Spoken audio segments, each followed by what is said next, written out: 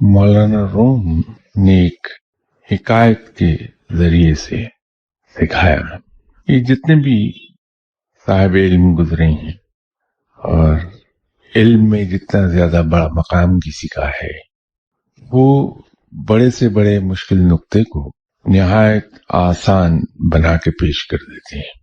انسان علم میں جتنا آگے بڑھ جاتا ہے، اس کی زبان اتنی ہی آسان ہوتی چلی جاتی ہے۔ علم میں جتنا یکتا ہوتا چلا جاتا ہے انسان، مشکل باتوں کو کچھ اس انداز میں بیان کر دینا تیزی سے یا اسی نسبت سے بڑھتی چلی جاتی ہے۔ تو مولانا روم کو اللہ تعالی نے بے پناہ علم سے نوازا۔ جو مولانا روم کا علم بڑھتا چلا گیا، ان کی چیزوں کو بیان کرنے میں اتنی ہی سادگی آتی چلی گئی۔ انسانی فطرت میں ہے کہ اگر انسان کوئی چیز دلائل کے ذریعے بیان کرے تو دلائل کو زیادہ دیر سن نہیں پاتا، انسان اس سے بور ہو جاتا ہے، تو جو بھٹکتی ہے۔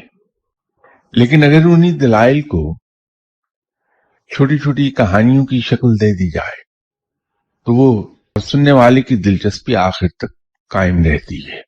مولانا روم نے علم کے جتنے مشکل نکات تھے ان کو چھوٹی چھوٹی کہانیوں اور حکایات ہی میں بیان کیا۔ بات ہو رہی تھی مولانا روم کی ایک حکایت کی۔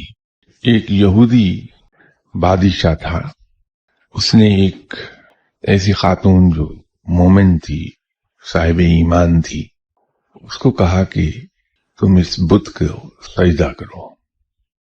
اس خاتون نے انکار کر دیا کہ یہ شرک ہے، میں نہیں کروں گی۔ تو بادشاہ نے اس خاتون کے چھوٹے سے بچے کو اس کی گود سے چھینا اور آگ میں ڈال دیا۔ تو ماں نے جب اپنے بچے کو آگ میں جاتے دیکھا تو اس کا ایمان ڈگمگا گیا، اور وہ اپنی مامتا سے مجبور ہو کے اس بات پہ تیار ہو گئی کہ وہ سجدہ کر دے۔